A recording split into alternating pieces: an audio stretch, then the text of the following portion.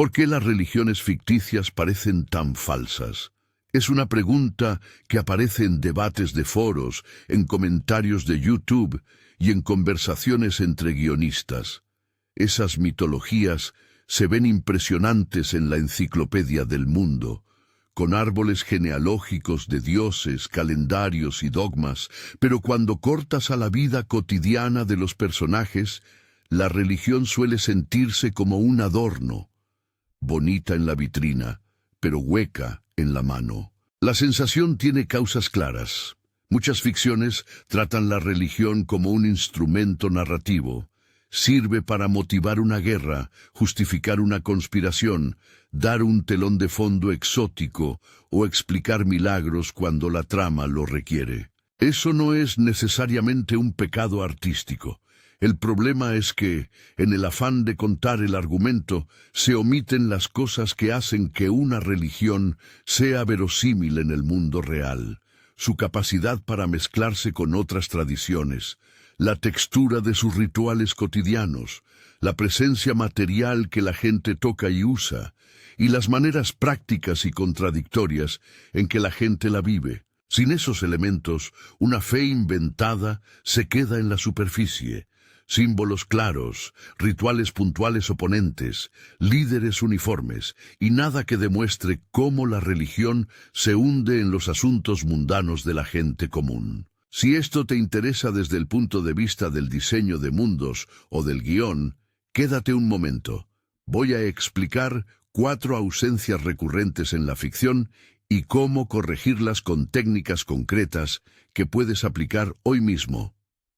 Si te gusta este tipo de análisis de world building, suscríbete y acompáñame en los próximos minutos mientras desmenuzamos por qué la religión de escaparate falla y cómo convertirla en tejido social. Empecemos por el primer punto: sincretismo. En una frase memorable, sincretismo es el encuentro con la diferencia que convierte cuanto encuentra en algo nuevo. Las religiones reales no nacen puras y aisladas. Históricamente se cruzan, se prestan símbolos y se reinterpreta ritual.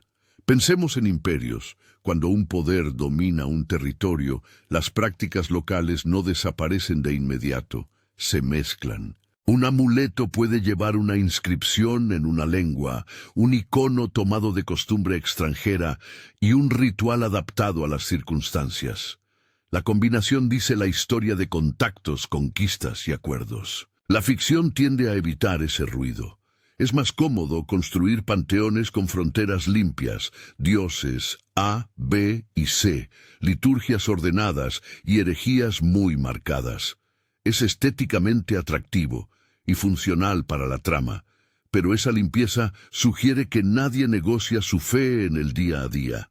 Para ver un ejemplo narrativo, piensa en sagas donde los dioses aparecen como sistemas cerrados, sin préstamos culturales ni cultos populares que los deformen. Comparado con la complejidad de una religión real, eso resulta plano. Si quieres introducir sincretismo en tu mundo, no hace falta rehacer toda la mitología. Añade un par de señales visibles.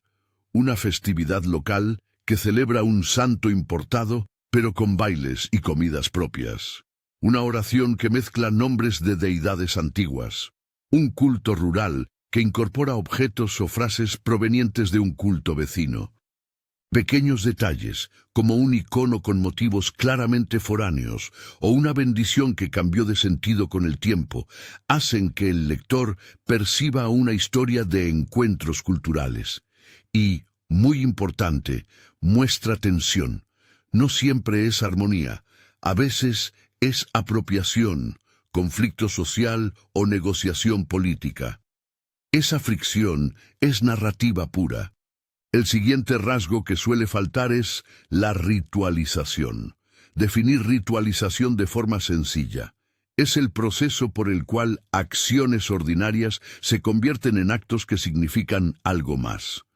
Un ritual transforma gestos, comidas o movimientos en vehículos de identidad, memoria y autoridad. Pensemos en una procesión.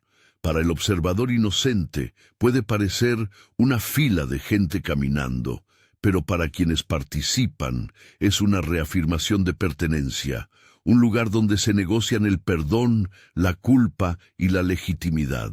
En muchas obras de ficción hay referencias a mitos fundacionales y escenas de culto extraordinarias. Un oráculo, una coronación. Pero faltan esos rituales cotidianos que sostienen la fe. ¿Quién entra primero al templo? ¿Qué se hace en los nacimientos y en las peleas de taberna? ¿Cómo se piden favores y cómo se castigan las ofensas simbólicas? Sin esos rituales vividos, la religión queda reducida a un mecanismo de plot. Convoca una escena, dicta un castigo o justifica una alianza, pero no estructura la vida diaria. Algunas ficciones sí aciertan en esto.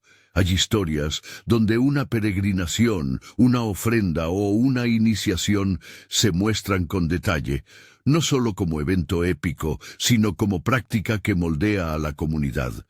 Cuando shows o novelas describen la preparación para un rito, las supersticiones que lo rodean, los convenios sociales que de él derivan, crean densidad. Si quieres lograrlo, diseña rituales con reglas claras y consecuencias específicas. ¿Qué pasa si alguien rompe la mesa sagrada? ¿Quién está autorizado a pronunciar la bendición? ¿Cuánto cuesta participar?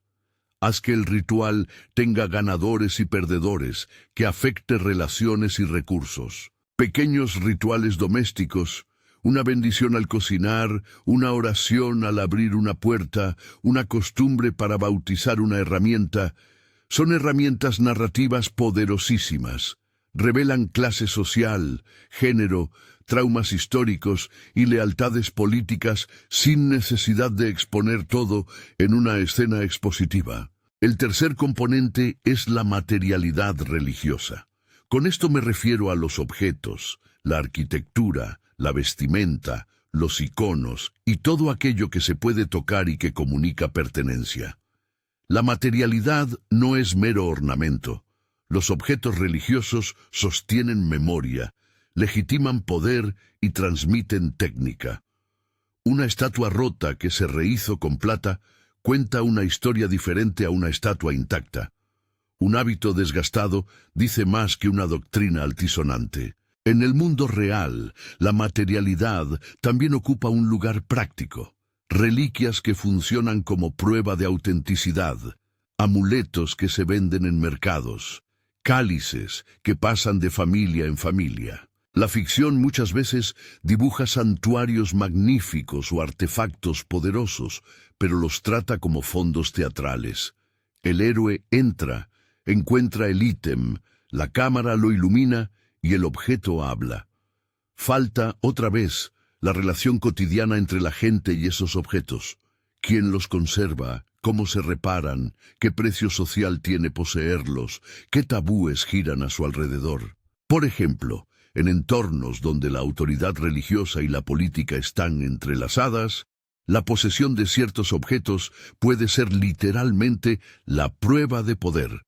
En otras narrativas, objetos menores como medallas, pulseras o imágenes pegadas en carros dicen quién pertenece a qué facción. Esos detalles hacen que la religión se sienta tangible. Si trabajas en world building, delimita la materialidad con historias. Cada objeto importante debe tener un origen visible y una trayectoria plausible. ¿Quién fabrica las estatuillas? ¿Cuánto cuesta una vela bendita? ¿Hay un oficio especializado en reparar reliquias? Crea variantes regionales, el mismo símbolo hecho en barro en una aldea, en metal en la ciudad y en cristal en el templo central.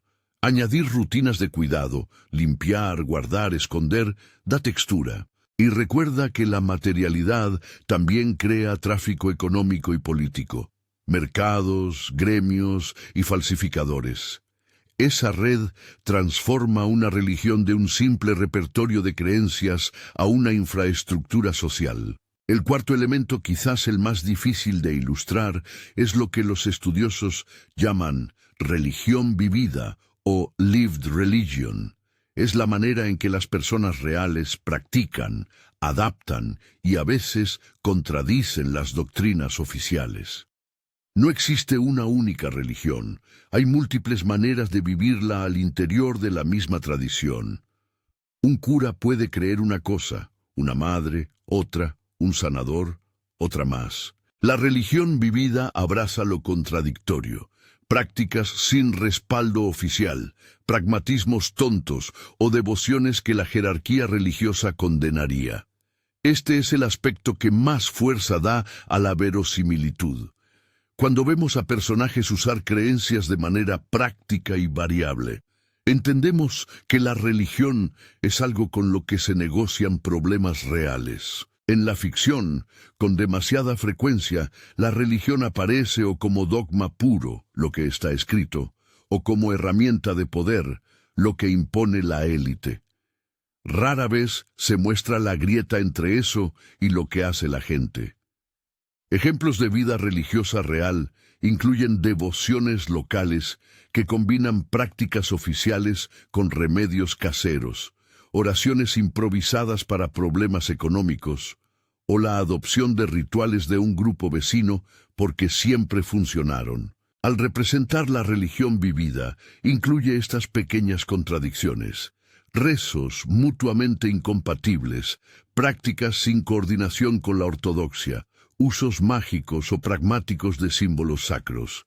Es en esos bordes donde la religión revela su impacto real, en la salud, en la economía local, en el consuelo ante la pérdida. Para mostrar religión vivida, escribe escenas domésticas, la vecina que pone sal en la ventana para atraer la prosperidad, el comerciante que prende una lámpara en secreto para vender más, el joven que lleva un talismán porque su abuela le dijo que nunca falla. No necesitas convertir esto en una escena explicativa. Pequeños gestos repetidos construyen credibilidad. Lo cotidiano, más que el dogma, define cómo se transforma la fe en cultura. A estas alturas, conviene detenerse un segundo y comparar con ejemplos de la cultura popular que, por un lado, se quedan en la superficie y, por otro, muestran caminos a seguir.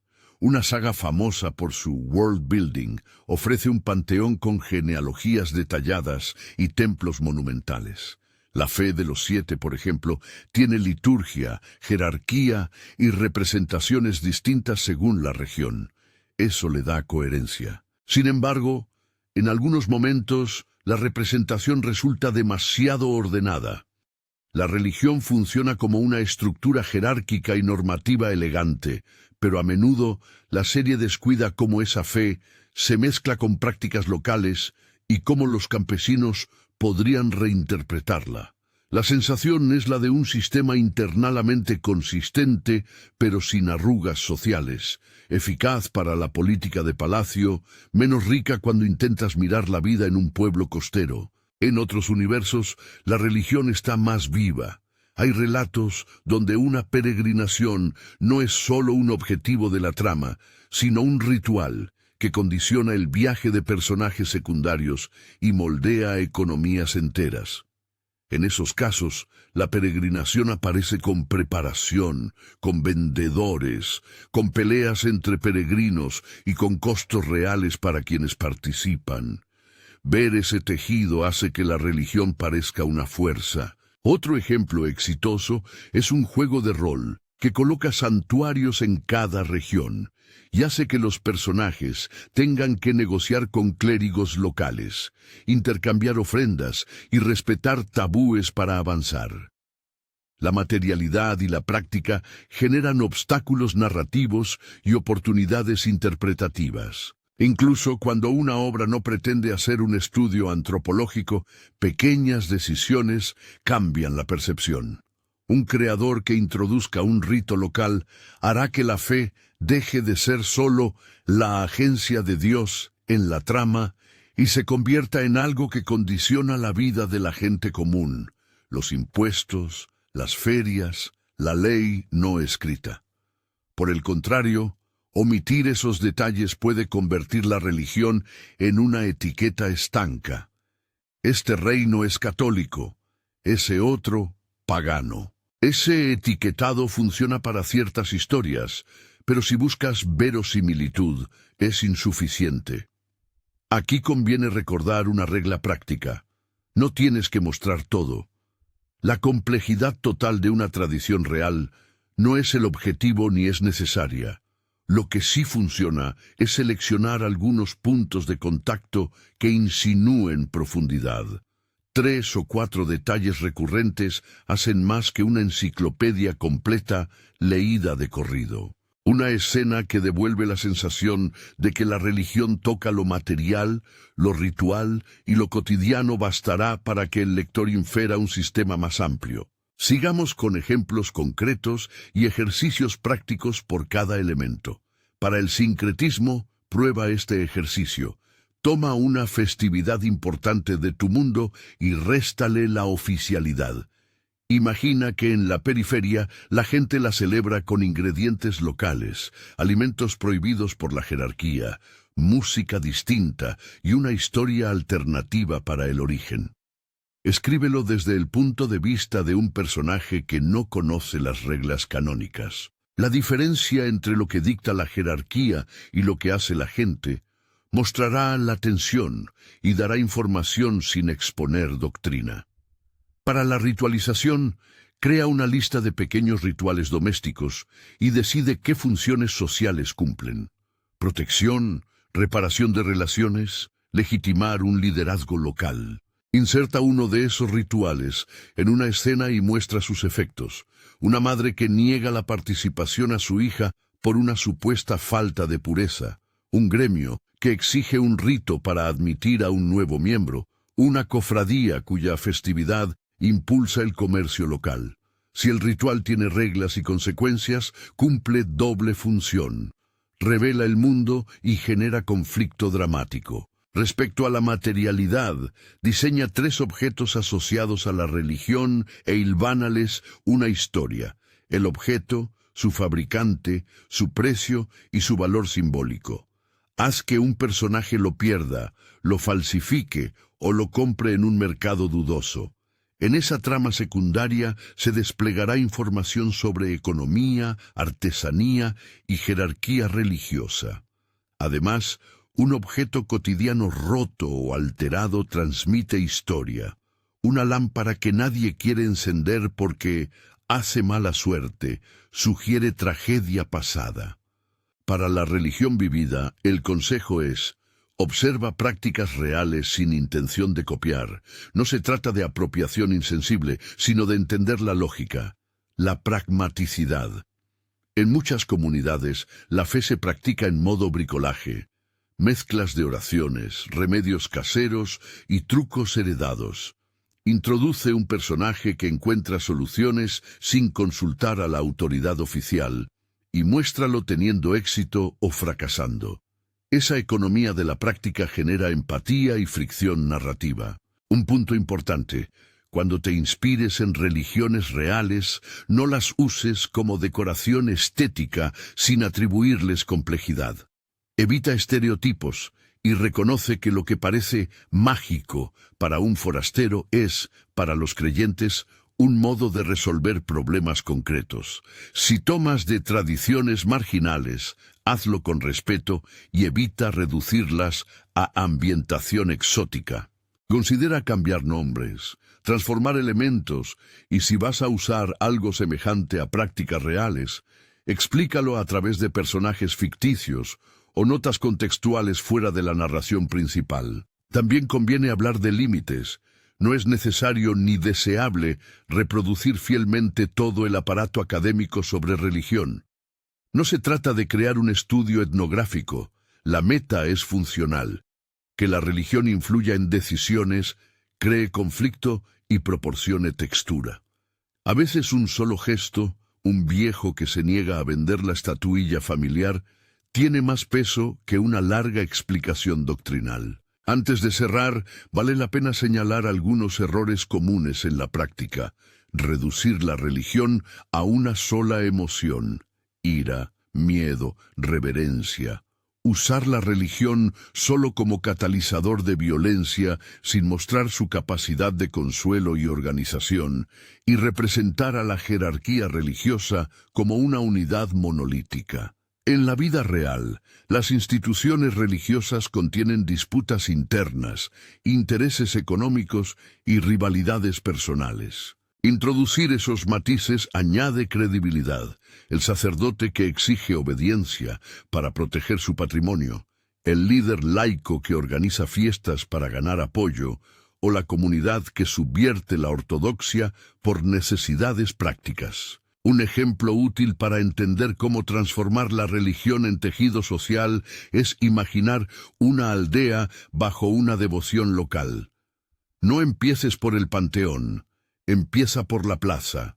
Allí está la ermita con su lámpara, el puesto de la mujer que vende rosarios hechos con cuentas de la zona, el niño que toca la flauta en las procesiones para ganar monedas, el concejal que financia la fiesta para ganar votos, y la vieja que reza en la esquina para evitar el mal de ojo. Cada uno de esos elementos manifiesta una relación distinta con la fe, y juntos muestran cómo la religión atraviesa economía, política y afecto.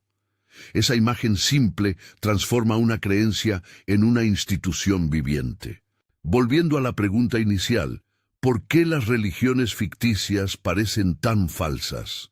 Porque a menudo se dibujan desde la cima, mitos, instituciones, jerarquías, y no desde abajo, desde la práctica.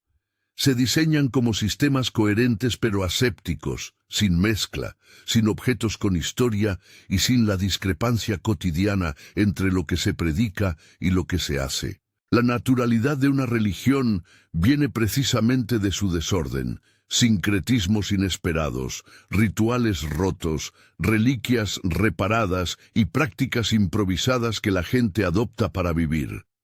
Mostrar esas arrugas es lo que hace que la religión deje de ser utilería y se convierta en motor narrativo. En términos prácticos, la receta para aumentar la verosimilitud incluye 4 ingredientes inseparables: sincretismo, que muestre encuentros culturales; ritualización, prácticas con reglas y consecuencias; materialidad, objetos y espacios con historias; y religión vivida, las adaptaciones cotidianas de los creyentes. No necesitas los 4 en plenitud. Basta con que al menos 2 o 3 estén presentes de forma visible. Lo esencial es que la religión no sea solo una respuesta a la trama, sino una costura del mundo. Para quienes buscan recursos adicionales, recomiendo consultar reseñas y textos que analizan cómo los medios representan la religión y la cultura. También es útil leer etnografías breves sobre prácticas populares en distintas latitudes para inspirarse con respeto. Un recurso que puede ayudar a comparar coberturas mediáticas y contextos es Ground News, que ofrece herramientas para ver diferentes perspectivas sobre un mismo tema, mención patrocinada. Si trabajas en un proyecto largo, vale la pena armar una hoja de personaje para líderes religiosos, otra para rituales domésticos y una para objetos sagrados. Esas fichas facilitan coherencia interna y te ayudan a evitar contradicciones futuras en la trama. En definitiva, la clave para que una religión ficticia deje de sonar falsa no es añadir más mitología, sino insertar vida. Mostrar cómo las creencias se mezclan, se ritualizan, se materializan y se viven en lo cotidiano. Eso no solo enriquece el mundo, sino que multiplica las posibilidades dramáticas, alianzas inesperadas, herejías con consecuencias materiales, pequeñas ofensas que se convierten en conflictos políticos y personajes que resuelven problemas con pragmatismos religiosos. Si tu objetivo es que tu mundo respire, comienza por las arrugas. Si te gustó este análisis y quieres ejemplos aplicados a obras concretas o ejercicios de world building para desarrollar una religión ficticia paso a paso, en los recursos que acompaña este video encontrarás lecturas recomendadas y fichas prácticas. Además, Ground News aparece como recurso para contrastar cómo distintos medios cubren temas religiosos y culturales. Su herramienta puede ser útil si buscas comprender cómo se representan creencias en la prensa y en el discurso público. Nota: mención patrocinada. Gracias por quedarte hasta aquí. La próxima vez que veas una religión en una serie o en un juego, fíjate en los pequeños detalles. ¿Hay mezcla cultural? Los rituales se muestran con reglas y consecuencias. Los objetos tienen historia. ¿La gente vive la fe de formas contradictorias? Esos son los signos que separan una vitrina de una trama viva. Si este tipo de análisis te interesa, suscríbete para que no te pierdas próximos desmontajes de World Building. Y si tienes una religión ficticia en la que quieras feedback, compártela en los comentarios y la revisamos en un próximo episodio. Hasta la próxima.